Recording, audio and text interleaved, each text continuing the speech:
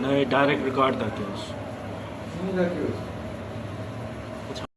कल सुबह 11:15 बजे 2 लड़कियों ने मुझे जो है बुलाया, बाहर खड़ी हुई थी। मैंने समझा कि ये खैरात मांगने आई है।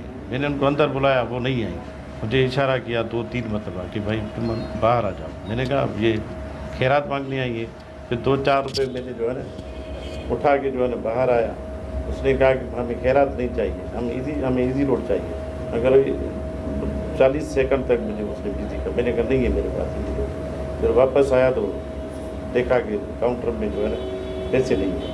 1,70,000 रुपये गायब थे। हमने जो है ना दड़ी थाने में जो है एनसी भी कटवाई है।